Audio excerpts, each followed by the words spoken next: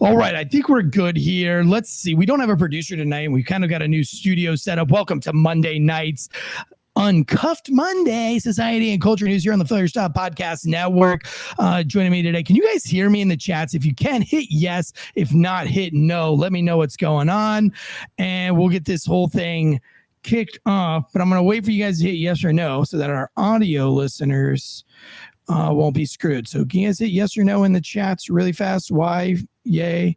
No? Nobody's doing it? Let's see here. Am I frozen? Can anybody out there hear me in the live chats? You're here. Can you hear me, Armory Knight? Can you hear me? Put yes or no in the chats if you can hear me. You can hear me. Great. Does it sound good? Does it sound nice? Or does it sound like shit? All right. That guy, Ryan. All right. We'll start the show. Hold on one second. Let's do an audio check with this. And I apologize. Hey, Heather. We'll start the show in a second. If you guys want to talk, can you guys talk? Tell me how Jay sounds. If Jay sounds nice, Jay, talk. Can you hear me? Now try it. Can you hear me? Can you guys hear Jay? Hit yes or no? Yes. Can you hear me? Just simple yes or no. Woo. Can you guys hear it? On the road. Getting no yeses. I'm scared. I can't wait to get yes. on Heather the N said road yes. Okay, again. Margaret, you talk. Testing. Can you Let's hear get me a now? yes good on her as well. All right. I feel like we got a whole bunch of yeses. So here's what we'll do. We'll go ahead and start the show with this new weird studio setup that we've got going on here. And we'll kick it right off. You just didn't want to sit beside the black folks no more, huh? I mean, I'm pretty close. I'm within, I don't know, 4 feet. Yeah. 4 feet of you. But he leaning to the left. Right. You leaning on that side. Body language is a motherfucker, man. All right. You were sitting beside some chocolate and you was like, oh, shit, they rubbing off on me. Dude, I didn't know we weren't going to have a producer tonight. And I didn't know we were going to go to this 2-camera thing right here, which I don't think I like as much. But I don't know. You guys tell me. I mean, what do you guys like the way you guys look? No, it's not. We're home and you're somewhere else. It does look like that, doesn't it? It does look that. I think it's because of the lighting of the camera. Yeah, we just got a black curtain. Yeah, we'll have to fix it up. We'll have to fix it up. This is my picture. I'm blending it. You're blending in because you're black. That seems racist. Why don't you move that thing around so we're not covering your face? That's one thing we have to fix. Move it. No, I would say, yeah, there we go. Then turn around the corner. Turn the corner. Turn the corner? Yeah. Can you do that? Okay. Oh, it's all right. Oh, here we go. I got Let's see if we can do I it. can still reach out and get you touching. Reach out and We'll figure this out. Never mind. Go back. It was better the other way. It's better the other way. All right, we'll figure it out. Let's go ahead and intro the show. We'll start it from here. Josh, I'm going to start, John, producer, that's going to do the audio for this. I'll clap this in. Sorry that it sucks from the beginning, but we're going through segregation here. Segregating screens, as Armory Knight says it. So here we go. Ready? Welcome. All right, I'll clap us in. Oh, good evening to Uncuffed, the Failure Stop Podcast number one. See, I told you we rubbed off on them. This is going to be a long night, isn't it? Welcome to the Failure Stop Podcast Network, the number one channel where first responders and law enforcement go to be informed and entertained 5 days a week. Tried something new in the studio. Wasn't quite working. Didn't know that we were going to lose Josh at the last second, so I apologize. We have a big show for you guys tonight. Is marriage overrated? We've got some movie reviews for you guys. We got a Wolverine movie, Deadpool movie, and then we've got the new Crow coming out. And of course, we have a real-life media critic in studio, comedian J. Darrell White, and then his comedian, co-host, and partner in crime, comedian Margaret Owens. Listen, guys, we will be in Orlando October 18th and the 19th. This is going to be really big. We'll be at Tactical Brewing Company in Orlando, and we got more specifics up with that. So this is the Shell Shock podcast event brought to you by our network's sister show here, Anti-Hero Podcast, also officially on the network as of this week, is Two Cops, One Donut, growing. Lots of things going on. October 18th and 19th is going to be huge. You got the comedy show with Jay Darrell and comedian Margaret and myself, followed by a podcast of Palooza live at Tactical Brewing. We'll be throwing back beers. We'll have live guests coming up on stage for that. It's just going to be a really fun night. We'll probably have something up tomorrow as far as buying tickets to the comedy show, and the Saturday show with Evergreen Terrace and the music is going to be free. But so this is basically like a SHOT Show meets, I don't know, law enforcement. I don't know, podcast. I don't know. It's a lot of fun. It's going to be awesome. It's the first one of its kind. We hope to see all of you guys there. All right. Without further ado, tonight's show brought to you by ghostbed.com and factormeals.com/Wolfpack. Let's go ahead and jump in to tonight's show. And I forgot, I don't have a producer to take it away, but I'll do it anyway. But we're on breakdown because I suck at producing my own show. So we'll just do this. Take it away, Joshua.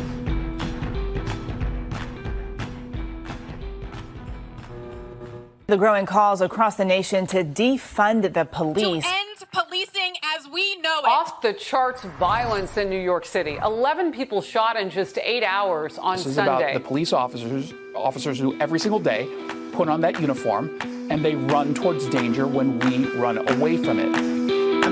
Oh, now it's different. Now it's pretty cool. But when we were live, you're just talking all sorts of shit. He was like, oh, yeah. Yeah. Well, it's because I'm trying to get in front of the mic. It's called microphone discipline. All right. Good evening, everybody. Thank you guys for being here. Everybody in the live chat's really getting your money's worth tonight. Nathaniel Burnside, that guy, Ryan, Heather Redden. Appreciate you guys. David J, Mike Dutcher. Thank y'all for being Johnny. Look who's here. It's Johnny. I don't know who Johnny is, but he says goo goo. First time catching a live. Boy, I'm embarrassed, Johnny, that this is your first live. That's embarrassing. Because I totally sucked this evening. But anyway, here we go. We got Margaret and Jay Durrell. Does this help? No, that doesn't do anything, does it? I'm just pushing buttons at this point. I'm sorry. I'll stop pushing buttons. Good evening, guys. How are y'all tonight? Chilling. Awesome. Jay, last comedy shows this week? Last week? Nope. I ain't do shit. I didn't shave, that's for sure. No, you're talking. You got to get in front of the mic. I'm not gonna shave. If you can see, I done had a blowout, a perm. Yeah, it's not a perm, but they just straighten the hair, and I'm not gonna cut it until December 15th when I tape my special at Charlie Goodnight. Well, it used to be Charlie Goodnight. It's just Goodnight. Oh, you're taping a special. Stop! You always move in front of the mic. What? I'm right here. No, you're like, your face goes in front of it, and then we'll never hear you ever again. You'll be lost. So you're at Charlie Goodnight's. You're filming a special in December. You've got the big show at Tactical Brewing Company. Then you got the big thing on Veterans Day weekend, the Veterans Day comedy. We are going to do a Veterans Day show. I mean, right? You always do one. Okay, so I figure we would. I put it out there, but you didn't respond back. Maybe I wasn't on the totem pole of top 3-5 people you talked to. Bro, and you didn't answer back. Let's do it right now. Let's do a thing right now. Let me just show you. I'm at 1,024 missed text messages, 19 missed YouTube messages at this point, and again 18 missed Instagram messages at this point, and Facebook only 3 on Facebook right now. I'm sorry, entitled. 7 on Messenger. The white side of me, white blood in me wants to be I want you to respond now. Right. I was actually on the phone. Today was just a crazy day. I have Karens in my family too. Okay. Well, I'm doing some journalism right now on this really large human trafficking case where these hospitals. I don't want to get too much into it right now, but anyway, I'm having to talk with like Health and Human Services, Child Protective Services, detectives, the actual hospitals, the contracts with all this stuff about this like one big human trafficking case, and it's been very difficult to get a hold of anyone to like do some journalism on this. And then all of a sudden, today's Monday, every single one of them called me today. Every single one of them. So I was on the phone no less than 6 hours today, just taking notes and jotting it down. Trafficking is a big thing. It's a really big thing. And it's even crazier because once these kids are human trafficked, especially if they don't have parents to come get them from the hospital, i.e. illegal immigrants or something like that, who takes custody of them? Because they're illegal immigrants. Yeah. Who takes custody of them? United States, the federal government. Nobody. So there are kids sitting in hospitals right now over 6 months. Now, I don't know the whole story. That's why I'm doing the story. And it's going to take me a while to figure out. Now, some hospitals today, like I learned that some of these kids might be too traumatized and cannot go back to the public right now. Wow. So that's why they're there. But there are a certain number of kids, I don't know how many yet, that are actually just stuck in hospitals. They're not allowed to go to the gym. They're not getting any school. They're not, you know how like cancer kids can have like dogs come in and clowns to do the balloons and stuff? These kids get none of that. And they are imprisoned in a room, a hospital room, where they just watch TV all, and some of them have been there for almost a year. I believe because they have no parent to come and sign them out, and they're not on. They don't belong to Child Protective Services yet, and they don't. So anyway, I'm learning all about it now. I might be way off. I'm trying to learn about it, so I'm not reporting yet. I'm just saying that's what I'm working on is learning about how many kids do we have trapped in hospitals, and who's doing anything to get them out of the hospital, or what are we doing to get these kids out of the hospital? So very interesting case. Anyways, long tangent there to open up tonight's show. But we do have a big show for you guys tonight. And I guess we'll just start off because you guys are the ones that chose the topics for tonight. Marriage is overrated? What? Of course he would say that because he's married. He's happily married. He would say that. But Margaret, is marriage overrated? No. It's not overrated because she wants to get married. I want to get married. I know earlier I saw where he said something about being a millionaire. Right. I break it down because the reason what made me think of it was Judge Greg Mathis, who a big time celebrity judge. He's a real judge in real life, but he's Greg Mathis. Right. Him and his wife, 39 years together. They have grown kids, grandkids, and she's filing for divorce. After 39 years of marriage. What did he do? Well, see, but that's the thing. Why does he have to do something? Now, what they said is just I guess she fell out of love, or just it just won't working no more, He didn't cheat on her? No. You sure she didn't cheat on her because he's in the public eye? They have this kind of like mutual agreement, like, hey, I'm leaving you, but like the deal is I won't say that you cheated on me. You don't think so? Or maybe it was settling. Sometimes people settle. They stay together a long time. They settle for something. They just get tired. It's like, you know what? Yeah. And they get tired of it. In other words, he probably won't doing the things he was doing to get her. Because I've always been told that spark or whatever that twinkle whatever you did, you have to continue to keep dating throughout the marriage. You married, you've been married. How many? And what have I heard you say? Oh yeah, me and my wife went on a date. We went to movies. They burned the road up the other night. You remember the other night? Yeah, look, we didn't even get to the car. He done locked up the door, backed up, and was gone. Him and his wife. And then but that's what you have to do. And it's different for celebrities because my thing is, do celebrities care? Because that takes us to J-Lo. J-Lo is about to divorce Ben Affleck now, Yeah, but there's some huge allegations about that. Like Affleck, from one of the rumors on the rumor mill, and if we had a fact checker, we'd bring up the article right now, producer, but we don't have a producer tonight. Sorry about that. But one of the rumors right now is that Affleck got mad because of J-Lo's dealings at the Diddy mansion. Oh, well, I mean, that's all right. Yeah, but still, but I mean, like if all that stuff he did, right. If that stuff's coming out and he's learning more and he's got the inside scoop, and they're like, "Yo, look, this is what J-Lo's part is. She knew all about this." I mean, wouldn't you be pretty pissed? She probably was taking part in it and some of that stuff. How long other than just observing? She might been up there getting gang banged. You never know. So like that's kind of what I'm hearing right now. Armory Knight in the chat says a celebrity marriage is basically a career move and rarely real love. That's true, but there are some cases of like true love. Yeah, Denzel and his wife been together over 40 years, and Samuel Jackson was a crackhead, and his wife, it was crackhead for real. Yeah, it was crackhead for real. Oh. He was on that stuff.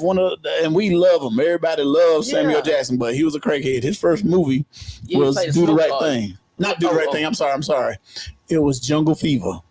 It was a Spike Lee movie called Jungle Fever, and his name was Gator. He was a crackhead. And Ruby D and David. Ozzie Davis was his mom and dad. His dad was real religious, and he always, whenever he came to borrow money from his mom, he would, I got to dance for you, mama. I didn't know this. Tom Hanks and Rita Wilson, married power couple, married over 30 years. I didn't see that one coming. Yeah, you're right. Denzel and Paulita. How long have they been? They've been married about 40 years, 30, 39, 38. Jeez, they got married back in 1983. Yeah. So yeah, But see, 41 but see, years. here's the thing. Jeez. She was the breadwinner when he was coming up. Before he was the big superstar Denzel, and he was, playing on St. Elsewhere and, doing little Ricochet, different movies coming up. She was the breadwinner. And he'll tell you, they joked about a date. It was like, didn't you play? Here's another one I didn't realize. Faith Hill and Tim McGraw are going on 27 years. Yeah. That's a long time. God. I love my sister Tim McGraw. But see, that's the thing. Entertainers, man. 27. And you know what? When they put out a list of marriages and divorce rates, military has a high divorce rate. Yeah. Law enforcement Real have big. a lot of, Well, and entertainers. If you're an entertainer, them celebrities, sports star, Dude, Beyonce and Jay-Z. they ain't been married Good that long. But her grief. mom- her They're mom- worth 1.4 billies. Oh yeah, Billies. They've been married for more than 20 years. no. Yes, they have. It says, No. it says Don't say Beyonce that. and Jay-Z have been together for more than 20 years and are arguably one of. married. You're right. Yeah. You're right. So Tim McGraw, get back to Tim McGraw. No, I never met They've him. been married. I'm saying they've been married that long. Yeah, that's what it said, 27 years. But see, the thing is, Shit. Here's another thing. What? Goldie, although they're not technically married, Goldie Hawn, they've been together for 34 years. Goldie Hawn, and I wonder if they don't get married because of your because of what you're saying, because you think that marriage is overrated in Hollywood. A lot of people think that, yeah. So why do you think marriage is overrated? If you're rich, if you're rich, it's overrated because the first thing they're gonna do, they're gonna probably put a prenup. Whatever you come to the table with is what you're gonna leave with. You know what I'm saying? J-Lo didn't have one, right? From what I saw. I don't know, because she done had so many marriages. yeah, but She then done been they got married and then broke up, got back together. Yeah, exactly. But rich people, that's what a lot of them do. A lot of them do that. Kara Sedgwick and Kevin Bacon been married 34 years. Yeah. Huh. They got not Footloose. yeah. 1988. Well, it's a lot That's of 36 celebrities years. out there that are married. Just like that's why I said when I saw that Judge Greg Mathis was getting a divorce, I'm like, what? Him and his wife been together about 40 years. Yeah. And he's a TV judge. He's not in movies and all that. He's known for his Judge Mathis, People's Court, court show. But he's a real judge in law. And it's funny because his background, he was I ain't gonna say a criminal, but he was a mischief in the gangs and all that stuff when he was young and he went to a youth camp or whatever, and he changed his life around. And went to school, went to college, and all. They talk about all that. He from Chicago, so he from the Windy City, the rough area. And he changed his life around, and his wife, but 39 years, man. We married 39 years. We stand together. Just deal with it at that point. You take this side of the house, the east wing. I have the west wing. You know what I'm saying? You have these cars you drive. These are my cars I drive. Well, it ain't no getting no divorce. But celebrities, when they have money, they can do that. See, now when you're broke, we'll get a divorce quick. Get one of them El Cheapo divorces. Because why? Because now we want to go back out there and we want to find somebody. Because they always say, well, the first time I got married, I married for love. This time I married for money. And it happens. They're right. Ordinary, regular folk like us, that's what happened. I want to marry for love. I don't marry. Yeah, I love my wife. You see, right? What? I literally was like freaking like we were late for the show today, and with no producer, and everything went wrong within like we've been in the studio for over an hour, and then the producer's like, "Yep, gotta go, gotta call," and everybody's scrambling around here, and then the cameras weren't working, and then this set wasn't working, and I got really upset. But my wife was just like, "Okay, well, like, what do you want me to do? How do you want me to help out?" So I cannot live without my wife. Like, legit could not live. How did you meet your wife? At a wedding. At a wedding. Yeah, met at a wedding. Realized we were from the same town. Wedding stag, or did you go with another date? I was stag. Oh, okay. Yeah, so I went. See, that's a movie right there. You go to a wedding with a chick and you meet your future wife. Yeah. Okay, well, it was sort of like that. The girl I had been with, she was there, was cheating on me. with my best friend while I was gone from the military. She got pregnant with his kid. Now I was in my young 20s. This is when I was like 23, I think. So 24 maybe. So I was kind of going through that. And then I go to this wedding. I was in North Carolina.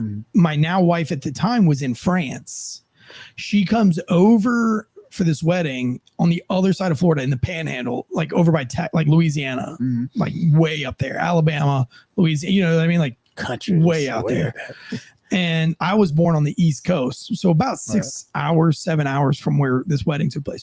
And it was a Green Beret wedding, so it was like all Green Berets and paratroopers and all this other stuff. And I was one of the groomsmen. And it was really funny because we all took like a train from Fort Bragg to the wedding, and the wedding was like 5 days long.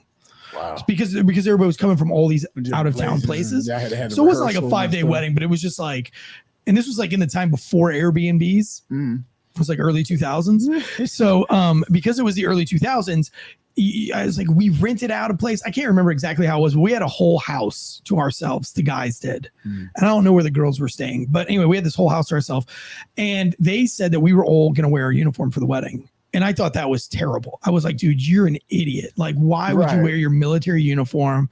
Like, no, he's like, we're all special operations. Nobody wants to wear their uniforms. And I'm one of the groomsmen.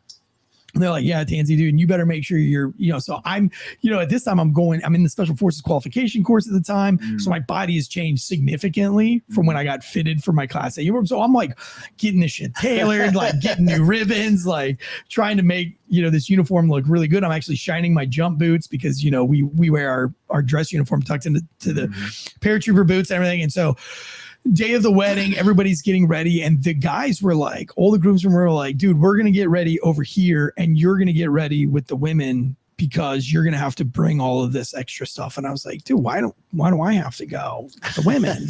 Luckily I did, because but anyway, so I show up at the wedding. I'm the only one in a uniform.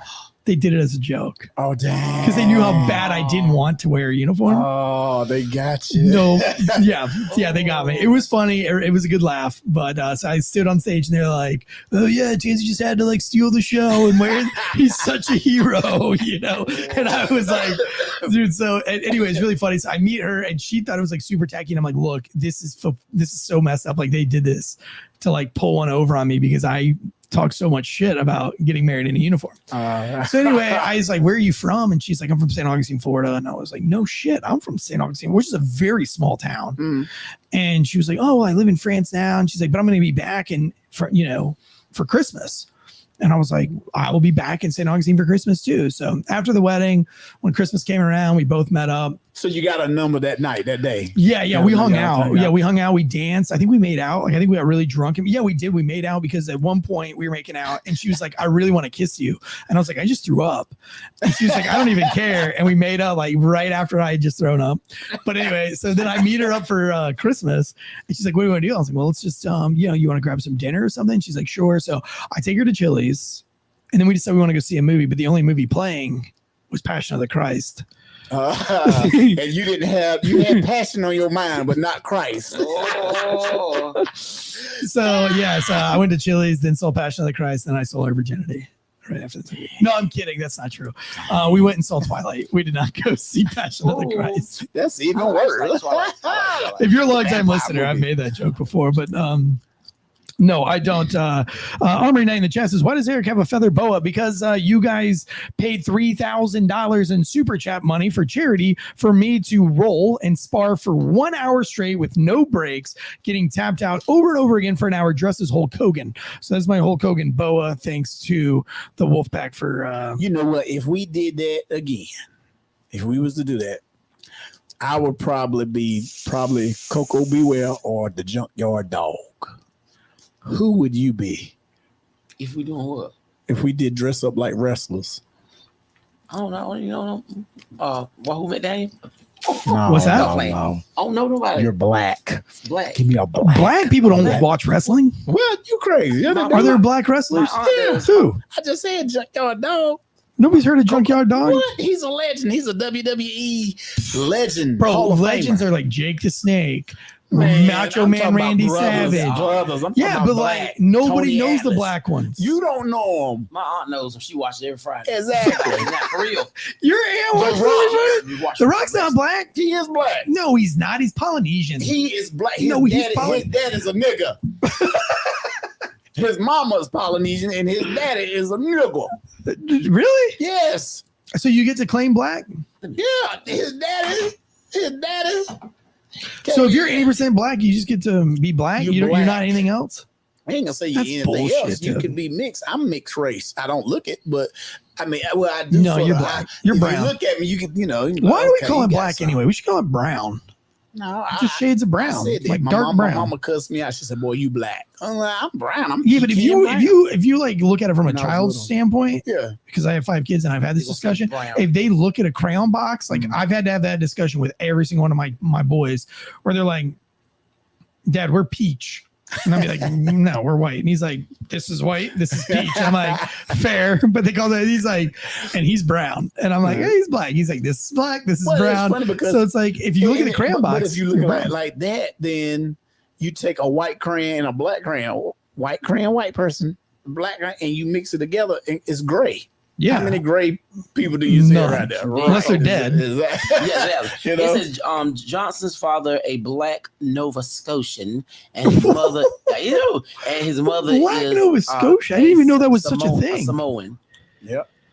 Black His mom's Samoan and his dad. How does a black Nova Scotian meet a Somalian? Like that's a. I mean, her father They said was Samoan. a wrestler. Yeah, They were Samoan. Somali. I'm sorry, Samoan. Her You're right. father was a big time wrestler, and Rock's dad was a wrestler, and they all wrestled in the His same father company. And and he fell Tony in love. Atlas were Yeah. the first black tag team championship. April Collins says Booker T. Booker T. Yeah. Oh, Booker T.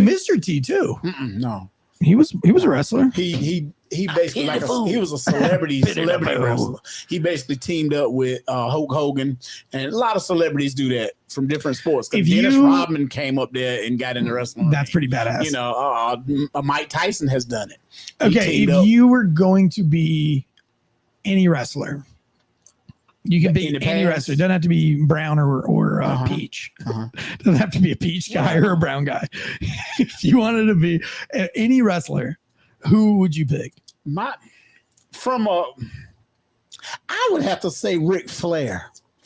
Because I'm serious, Ric Flair, I met him. I actually got to meet him, and I did a joke and didn't know he was in the building. Oh wow! Because I did a comedy show with Mick Foley, the one that he played Mankind and Do Love or whatever. But Nick Foley's a big time wrestler, and he retired from wrestling and started doing comedy. And my boy, the Hurricane, who I went to school with, grew up with him. He called me and said, "Hey, you know, I'm doing they doing a fundraiser, and Mick Foley is going to be doing comedy for me. It's in honor of me, you know, raising money because of my accident. Me and my wife." I was like, "Okay." He said, "I want you up there if you're available." I said, "Yeah. Who's going to turn that down?" They, in 1 week, John Cena. 1 week, they sold out. It was almost 500 people up in there in 1 week of advertising it.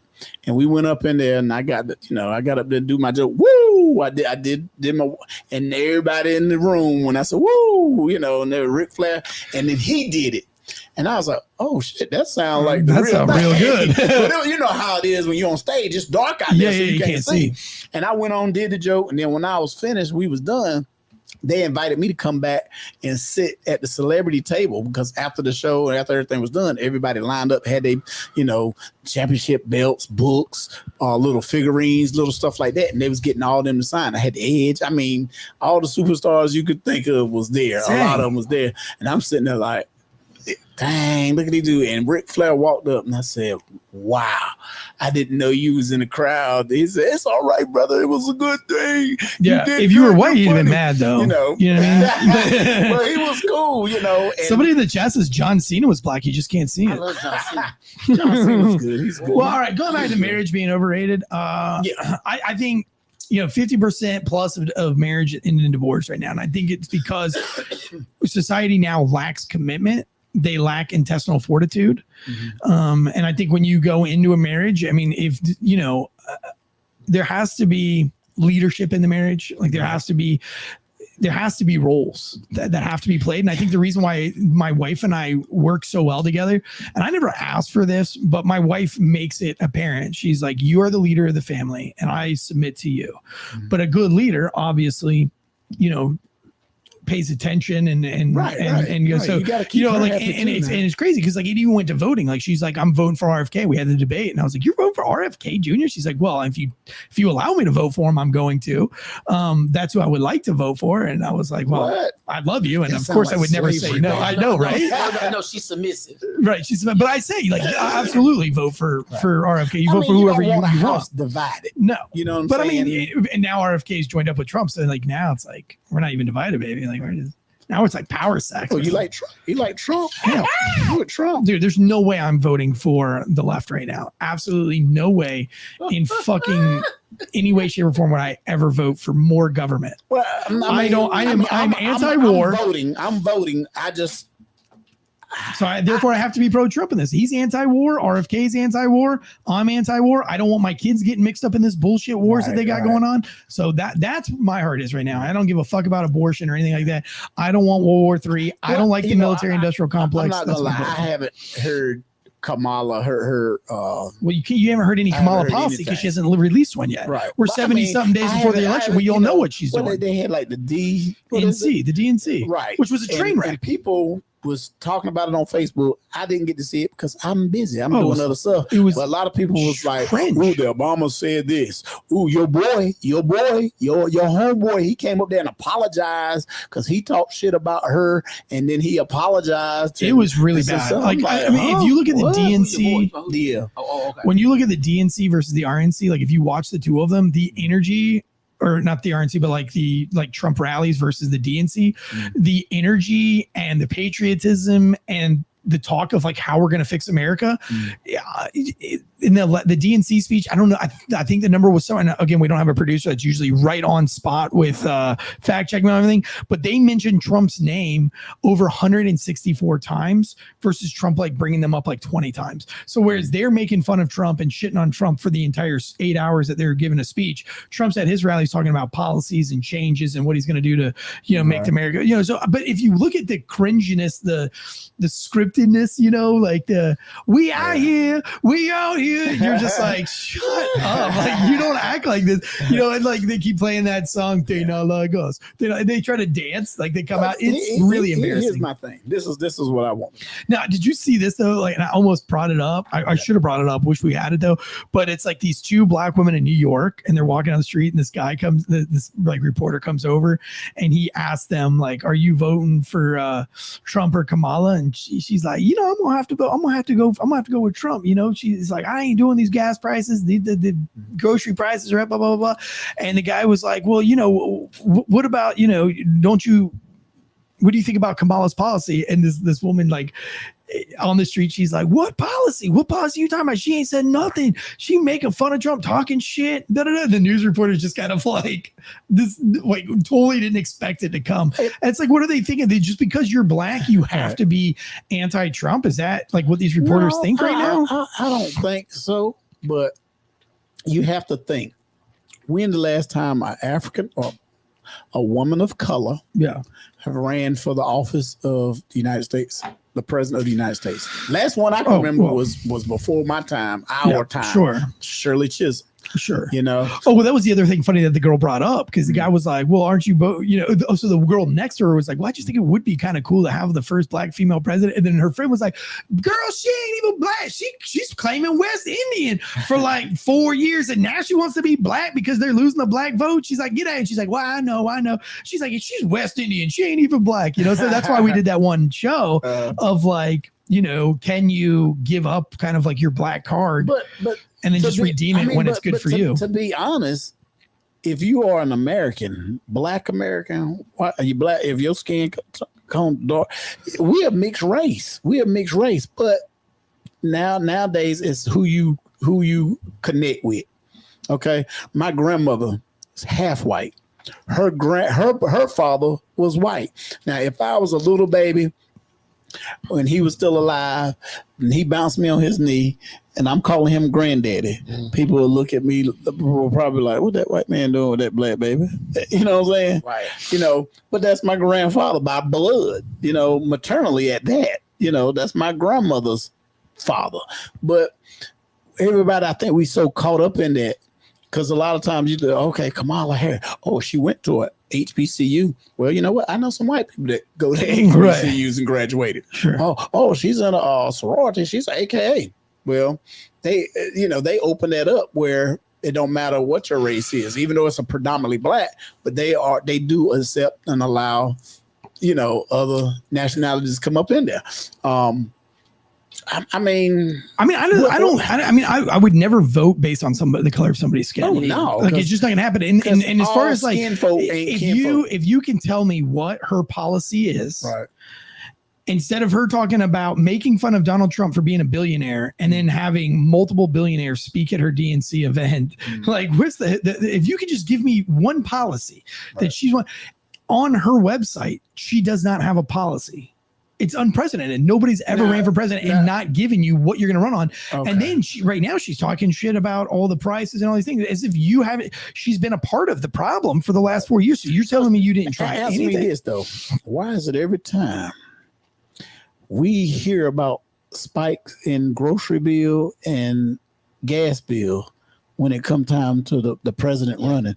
What do the president do that out of all the United States can lower gas prices and groceries? I want to know. I mean, the reason, because wouldn't that be something more of a bringing jobs back home, bringing agricultural back home, supporting the farmers? You know, like these last 4 years that Biden's been in administration, there has been an overt attack on chicken farms where they're just killing chicken. There's like this whole like anti-chicken thing going on. I mean, there's a lot of ways that they can bring the grocery bill down. And I think one of the things is like, one, we got to stop giving billions of dollars to Ukraine in a war that we have no business being involved in. I mean, that's just my opinion on these things.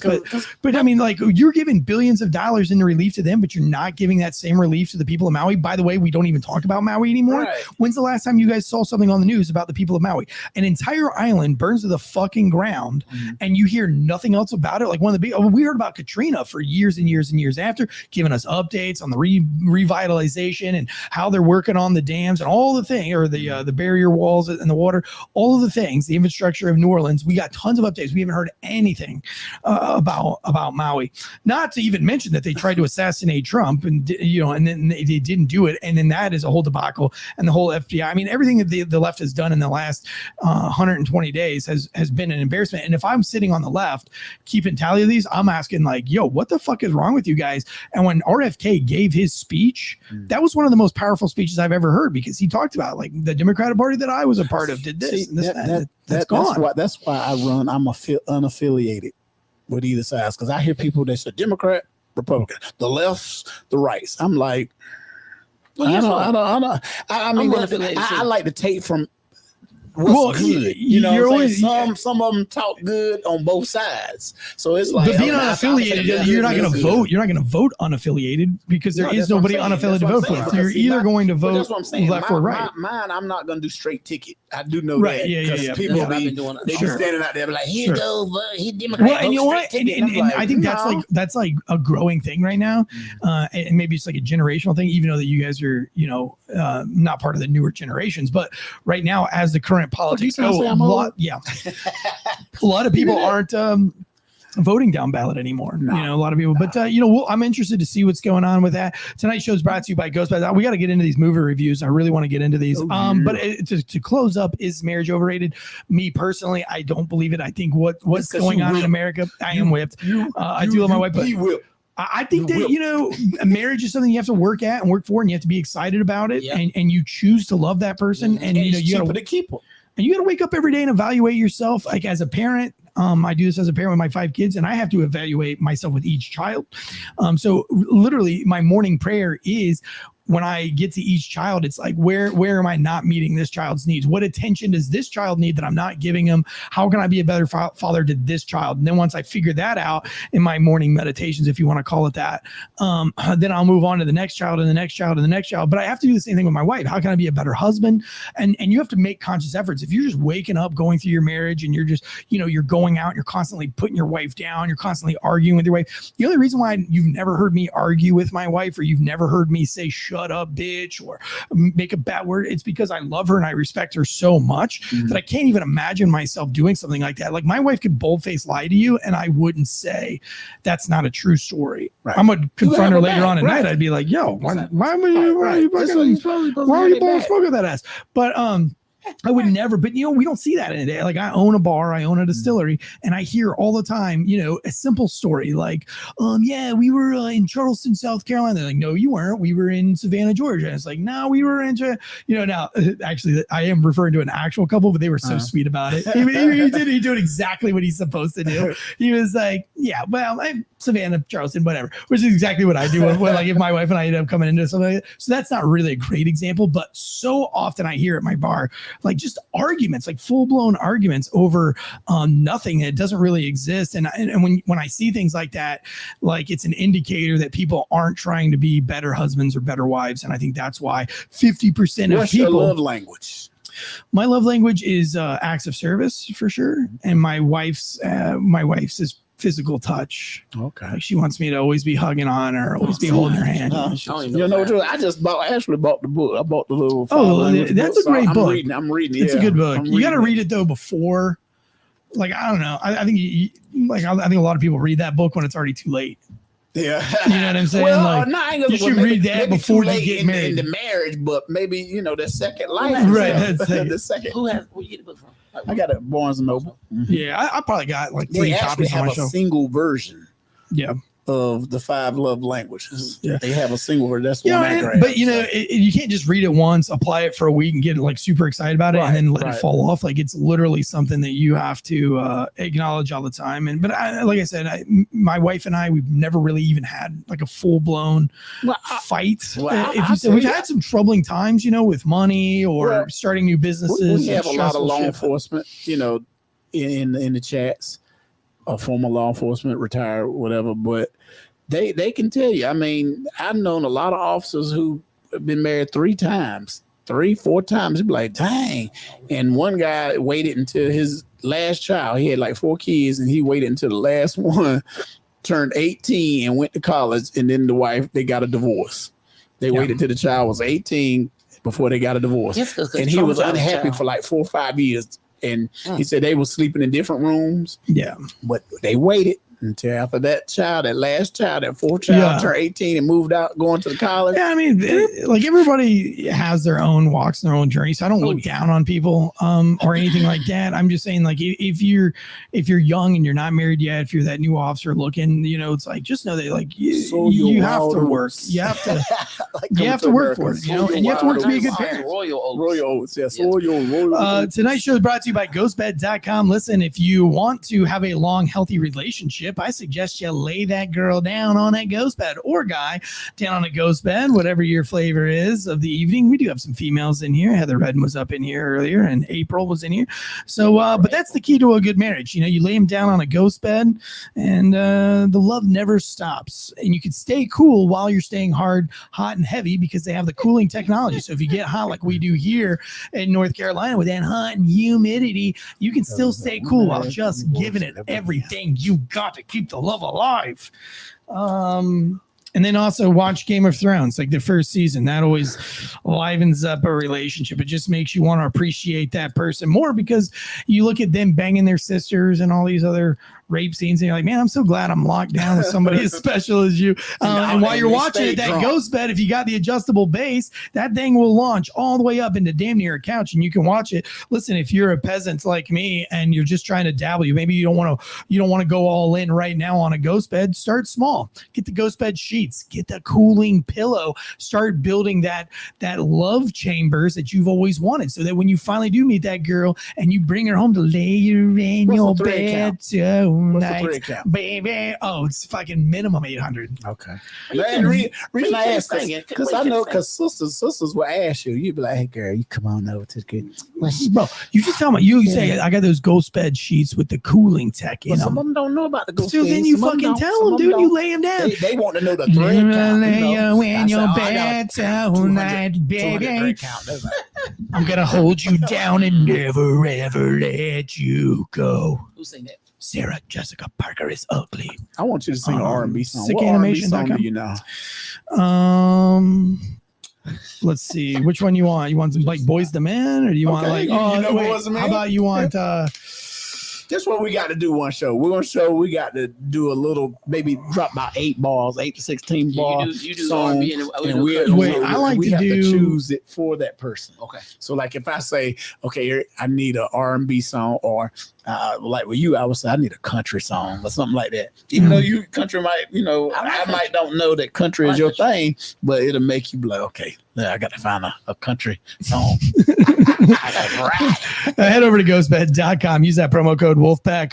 Going on a travel things. We just went out and bought some new luggage carriers, and I bought one big enough just for my ghost bed because I'm not going on a ghost bed pillow because I'm not going on a cruise without my ghost bed pillow. I would rather die than to travel without my ghost bed pillow.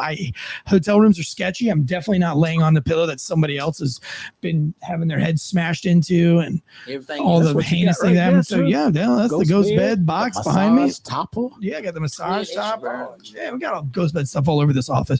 Huge ghost bed fan. They've been with us for 4 years. Head over to ghostbed.com and get that girl to, spice up that love life. Let's renew your marriage tonight. You don't have to redo your vows. Buy her a ghost bed tonight. Pop in and just say, honey, I want to surprise you. I spent some money tonight. I got you a ghost bed pillow. Don't mess around and don't perform. Yeah, then you make her bite that pillow. The ghost will come out. Yeah, don't get ghosted. Don't ghost her on the ghost bed. Also, that dude, honestly, that massage topper is a libido, like it's an aphrodisiac. I get on my ghost bed massage topper and let that thing massage me up. I'm so horny after that, bro. Fucking rock lord. Oh man, I want to have sex right now. I want to go get on my ghost bed right now and just bang it out. You dressed for it, them tight ass shorts. They're tighter now. We don't want to see no erection, Eric. They're tighter now. They're getting real tight. Eric, we don't want to see no erection. I can't help because it. You want some affection. It's it's an optical illusion. It's the pleats in the pants, as they say. And also, you listen, looking good for your significant other is a big part of it. So factormeals.com/Wolfpack 50% off. That's meal planning to the next level. So that if you're trying to get lean and mean like old JD over here, you can hit that calorie conscious, 500 calories or less. If you want to get Papa Swolio and Jack like me, you can go with that protein heavy, 50 grams plus of protein per meal. But these are fresh, never frozen meals delivered right to your door. They got this little Nordic ice, dry ice. Put them in your refrigerator. They stack up nicely. They're all color coordinated. And then you pop in your microwave. 2 minutes, baby, even in your peasant microwave. And they're delicioso, ready to go. I'm telling you what, you eat right, you sleep right, you fuck tight. Is that good? Did that sound? I mean, relatable? You say it. You say it. See if it sounds better. Eat right, sleep right. Fuck right. Yeah. You eat good. Mm-hmm. You sleep good. Okay. You blow her back out. Oh, It didn't rhyme, but you get the idea where I'm going. I'm waiting on Jesus. You sleep good, you eat good, you destroy her uterus. Put her in the ER. Prolapse her asshole. Lord. Digging her ass like a mine, I'm going in a cave, Boy, we have gone down the entire. Listen, we're just trying to save marriages over here. You know what's funny is Margaret acting like she got virgin ears over here. Whenever we say something like, oh my God. How does one destroy a uterus? Well, I'm gonna tell you what I know. Let somebody jump up and down them like they're church women. Women that go to church are the biggest freaks. Really? Yes. I never said I wasn't a freak, but I ain't trying to freak nobody till I get a husband. Right. You're gonna bring out different wigs for him? You're just gonna go bald every time? That's what somebody asked me the other day. Was I gonna put a wig on? Like, I'd rather for who I meet to see me like I am. No. But like he sees you how you are, falls in love. But like every couple of nights, you're gonna come in with like maybe some purple hair, or maybe you come in with some blonde hair. Really? Because to me, I feel like that will give him a fantasy of another Dude, woman. it's I'll tell you what, it is spicy. It's been a long time. It's been 8 or 9 years since my wife done it. No different. You know what I'm saying? Mm-hmm. If I put on, I feel like I put like this here. Let's say it was the other way around, where he could put on something that you'd make him wear.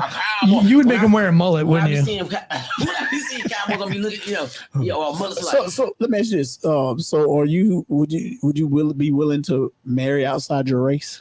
Yeah. So I know what I said. You're a married white guy. That's why I said. So what if y'all role play? He want to play slave master and you're a slave. Yeah. What if he wants to call you the N-word? No, Yeah. we ain't doing that. We none Why? of that. What if Come on, chain dude. you to the bed? Love has no boundaries. What's that? Hit you with a whip. What's that called? Dominatrix or something? No. Yeah, love has no boundaries. Come on, live a little, Margaret. No. What if he wants to? What if he wants to If be? you want to call me Angel Mama every now and then, we can go for that one. But I ain't. So that's okay. I'm like, get up and cook I am something. your mama. Like, go get up and go cook some pancakes. Yeah. What if he wants to put syrup on you and stuff? Honey, cover your body with honey. Transparent. I've had that. I was called Mr. Butterworth one time. I mean, honest, you dug it. So, but that was back. They called you Miss Butterworth. Were you pissed? Was I what? Were you mad?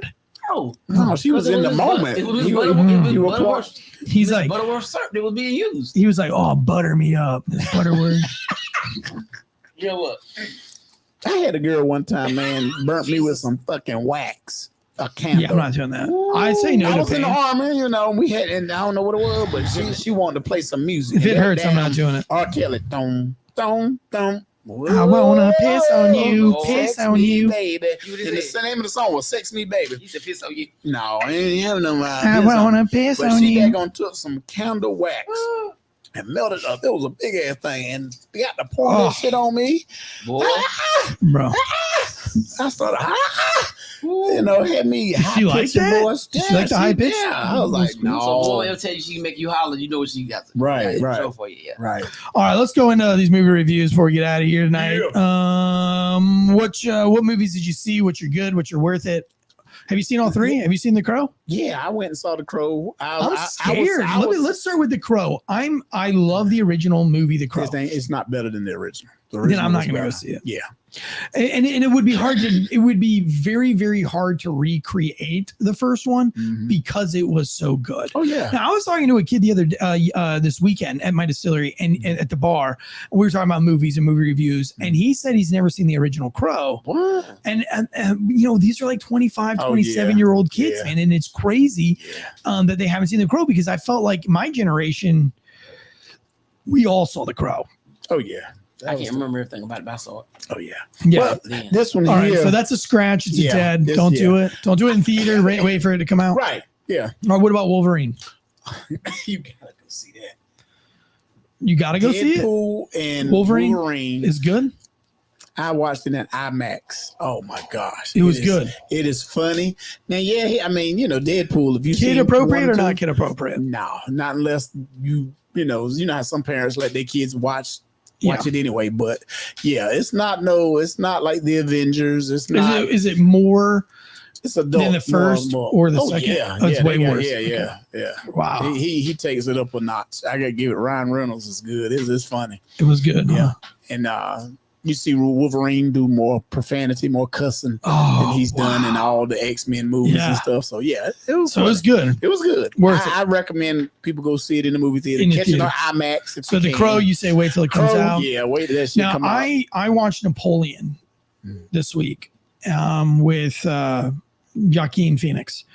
Okay. I don't like how they did Napoleon, and I guess there's enough historical record that they could have probably, it could be accurate. And I started going down some rabbit holes, but they could have done him a little bit better. I mean, they really made him look like a chump, and I don't, they really did. They did some, they really told one side of that story. And I don't know if I really want to believe my Napoleon Bonaparte to be that, pathetic of a guy. Right. I know we have the term Napoleon complex. So I get it that comes into play, but the French aren't innocent. Like the French oligarchy, the parliaments and all that, they're kind of shitty. So how much of that is their adaptation of, because they try to make him look like he's uncouth and he's rude and he's, but everybody's rude to the French if you're not super prim and proper, especially in that, coming off of the days of Queen or Marie Antoinette when they cut. Because this is right after they cut her head off. His stature. He was a short guy. He was short, so a lot. Yeah, but he wasn't really all that short though. I think he was I guess 5'4" is pretty short, but and like you said, being short and rude, he showed his power. Right. He showed his, But you know what? He wasn't starting. But I'm not a historian, but it really made it look like he was starting the wars and chasing the wars. But it also was I don't think guys like him are actually chasing the wars. It would make more sense to me that the French government was probably trying to start shit, and he was just all right, fuck it. You want us to chase him into Russia during the winter? That's not smart, but if that's what you want, you want to send it now. But that's I'm going to do it. That's the problem with those period pieces, those movies like that, because you were like, did that happen? Because sometimes I'll be sitting in a movie theater Googling, I'll Google up his name or whoever the main character is and stuff. Now I can tell you one movie I saw that was real good, but I actually lived it because it happened in real life and I was a fan. Watch The Iron Claw. The Iron Claw is about the Von Erichs, the family. They were a family of wrestlers. They were 3 generations of wrestlers. Yeah. And out of 5 brothers, only one is living today. And 3 of them committed suicide. Right. What was the name of that movie? The Iron Claw. That's right. It was good though, right? It's good. Yeah, I've heard a lot of good things. It's a good movie. And I can't think of the guy name that played Mike Von Erich. Yeah, it's Eric Von Erich. He's the guy that got on roids and got all jacked. He was a good-looking kid. All of them was nice-looking dudes and buff and was stars. They were stars in their own right. But they one of the Von Erichs said it was a curse. It was a family. When he had to start having his children, he didn't want them to have the name. He wanted to take their actual real name and not the Von Erichs, because the Von Erichs is their stage name. But they adopted it. Father adopted it and everything. Yeah. And he was like, when he had kids, he was like, I don't want them to be associated with name. I think it's curse because my brothers are dying. They are committing suicide, but it's a great movie. It's a great movie, but I already knew the story, the background of it and everything, but to see it, to me, it's okay, yeah, I like this actor. They sort of matched this actor to the real guy. You know what I'm saying? So somebody in the chat is saying that Napoleon was, this is difficult to look at images. John says Napoleon wasn't a wuss, but the movie made him out to be another cuck whose power came from his woman. Yeah, and his woman was a whore. Now, I did look it up historically, and it does, I guess, according to historical records, whatever her name was, Jacqueline or Jacqueline, I can't remember what her name was, or Josephine, I think was her name, Josephine. But she was more sexually experienced than Napoleon when he met her. Yeah. And they knew this because of the letters that the media stole on a ship that was coming from where they were, I guess, in Africa or whatever, coming back to France, and they stole his mail and read it. And that's where they get that from. But yeah, it was just a weird movie.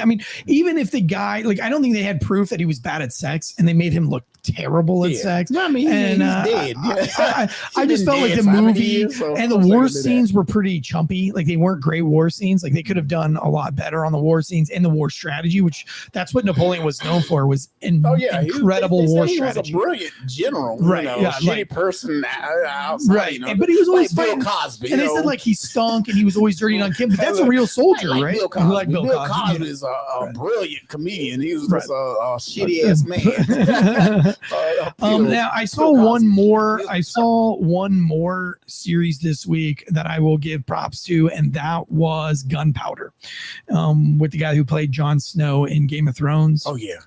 But it's Gunpowder. It's about the gunpowder plot of 1609. Really great movie. Kind of based. That's what V for Vendetta was kind of based off of. If you've seen V for Vendetta, but it made me actually go back and watch V for Vendetta.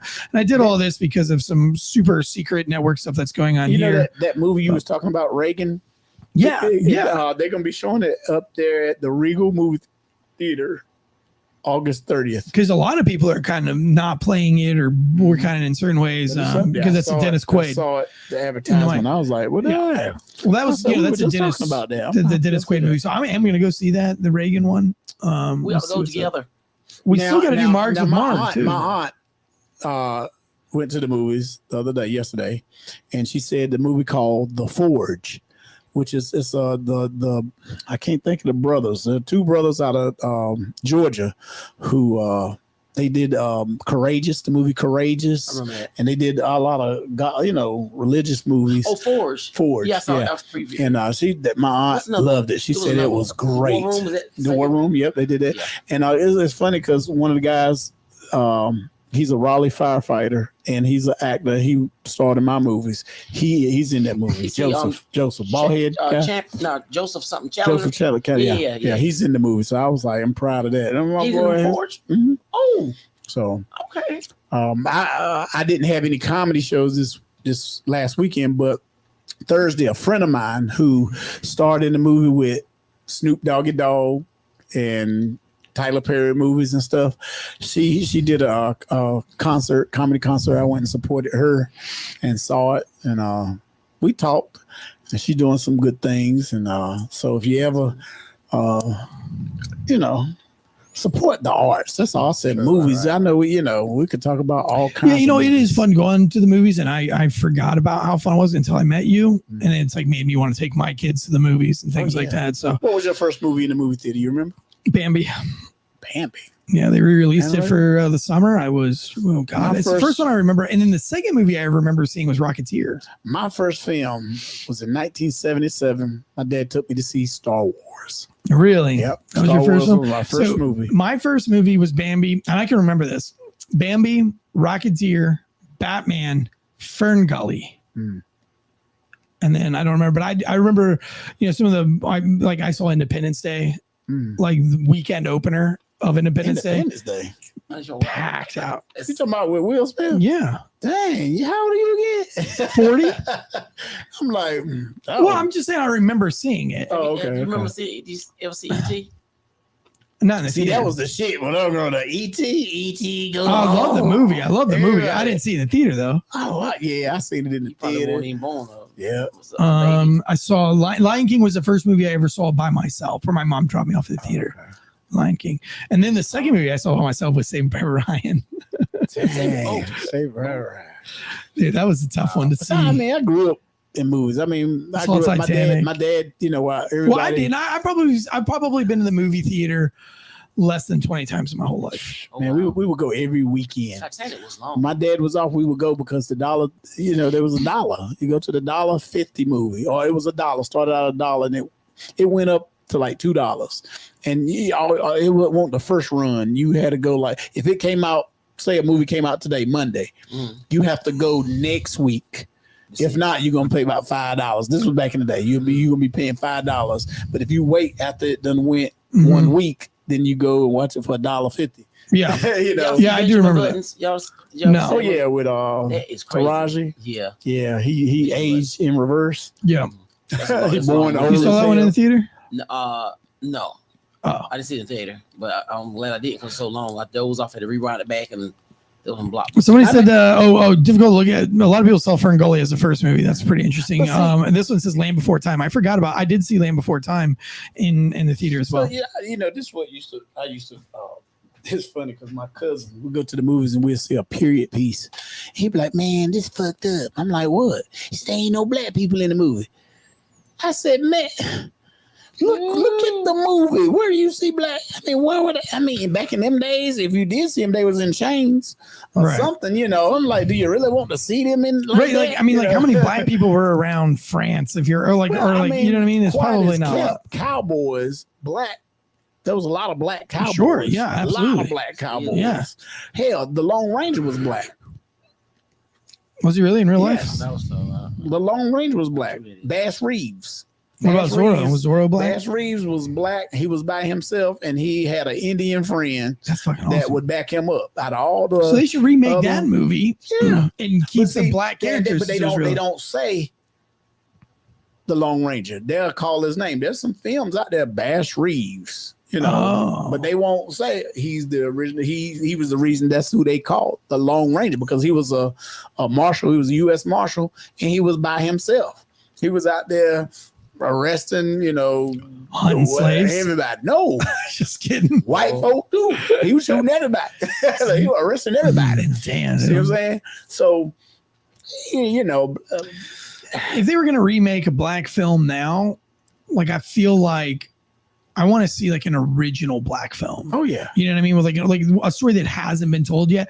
I mean, you think about it, there's so much black history out there that really hasn't been told in movie form. Aside from like the obvious, like Jackie Robinson's and like these other things, there are like some really great stories that are out there that we don't get to hear so much of. A lot of people say, "Oh, 12 years of slave." I said, "Man, I'm tired of slave movies. I know the history. I'm tired of it." To be honest, and I don't want to see like an all black film. You know what I mean? Like, let's have like a black character that's like the main character in a historically accurate piece. You know what I mean? Like, let's not just make it all black for one reason. Or I hate it when like now I was just watching the other day where they it was that Napoleon movie, like Napoleon had like a black counterpart, like lieutenant, and I'm like, you put one in the fucking movie, like, is that true? Like, did he have like a black lieutenant in France? Was it, like, I don't know, maybe there was, I don't know, but I felt like what it looked like was, fuck, man. I mean, just like not even movies, but television shows. You know, it took me a while. Dude, like now you have like black dad, Asian mom, white kids. It's like, what the fuck? That doesn't make sense. One of my favorite shows of all time is Andy Griffith, and I found more than one black. I'm talking about in the early years, because Andy Griffith was on for 8 years. Yeah, the last two, I want to say maybe the last 2 to 3 years, it was in color. You know, and they actually did have a couple of black people that actually had speaking roles. But in the early part, they sure was. They was out there on the street. And had a commotion, and everybody gathered around. And that one black lady standing right beside. I mean, she was black as this microphone, and she was standing right beside Andy. And I was like, "Hold up, I got to see that." I mean, how many black people are even like right now? If you went to Avery County, North Carolina, how many black people would you find there? Oh yeah, probably none. Yeah, there's some places. Yeah, I mean, I've been there. I've been to Avery County or Mayberry, and right there by Pilot Mountain. But you know what? Not a lot of black people up there. But see, Mayberry. I mean, if I was black back in them days, I'll move to Mayberry. You know what I'm saying? I'll move to Mayberry because the sheriff don't carry no fucking gun. Yeah, and the deputy had one bullet, and he has it in his pocket. Yeah, and nobody really seemed to be. By the time he get that bullet in his wallet, I'm gone. You know what I'm saying? Are you saying because you're there would be crime? No, I'm just saying, you know. Somebody says ain't gonna be no police shootings. Here's a movie. Here's a movie I want to see. It reminded me, somebody in the chats mentioned Christmas, and it made me think, what if we remake a Christmas story, but we make it a black family? Home Alone. Black family. Home Alone. Lord. But that would be hilarious. Because them little black kids that would be hilarious. Oh, and they would be like, the uncle would be like getting after it, dude. Oh, see, that's what we need to do is like have fun with like taking white movies. Who was that? The Wayne brothers. They do that. They did like 50 Shades of Grey. Did they really? They redid that one. All black? Well, I ain't gonna say all black, but it was. But like, I mean, that's not a comedy. Like, I want like comedy movies. Yeah, it was funny. Oh, they made a comedy out of it? They spoofed it. They did they spoofed it. Oh, like kind of like Scary Movie. Yeah, but I want to see them like really redo that would be Home Alone. Oh, God. Or like what's another Tyrone Home Alone? What's another good like Tyrone? What's another good like all white movie where you don't see like really any black kids in it, and you could remake it all black? The Waltons. Oh, man. The Waltons. Could you imagine? Bob. Good night. A good movie. Oh gosh. All white. Sex in the City, something like that. Oh yeah, it didn't have any black girls in it. Baywatch. A black Baywatch. The BBLs. Yeah. Y'all would like that. Yeah. Oh, you hear guys? Damn. Like they won't go. They won't go in the water. They floating. Oh, that would be funny. The pool. Everybody around got their feet in the water. Gilligan's Island. Yeah, an all black Gilligan's Island. Yeah. That would be a funny one. That would be fun. That'd be fun. Well, hey guys, we had a lot of National Lampoon's Christmas Vacation all black. Okay. Heather Red says that. I like that. What's his name? Chevy Chase. Chevy Chase. He was riding down the road. He was kissing. I think the wife. You got talking about she was asleep. No, the wife was asleep. Yeah, and he was like kissing that stuff. And he was like kissing the sandwich, and dog and peed on that boy. It was funny to me. They tied the dog to the bumper and forgot him. Hey, if you made it this far, hit the like and subscribe button on the old YouTube here, and follow us on Instagram at Failure to Stop. Go and follow Anti-Hero Podcast and 2 Cops, 1 Donut. We got a lot of big things happening. There's a lot of advertised for Shell Shock. Also, Shell Shock has its own Instagram for the event in Orlando. We want to see all you guys there. We're all staying at Sheridan, North Orlando. So if you guys want to stay in the same hotel that we're all staying at, go to the same, we're all going to be Ubering together, walking. It's all walking distance mainly. We'll be heading over to Tactical Brew. It's just going to be just so much fun. All veterans, first responders, music, comedy. It's going to be a blast. Make sure you put that on your calendar for October 18th. Hit the subscribe button. If you have a Facebook or an Instagram, please share the show. It goes such a long way. Leave us a 5-star rating review, as well as 2 Cups, 1 Donut and Anti-Hero Podcast. I want to see all you guys over there. From myself, comedian Margaret, and comedian J. Darrell White. This has been another Uncuffed Monday. We'll see you guys next week. Cheers out. Bye.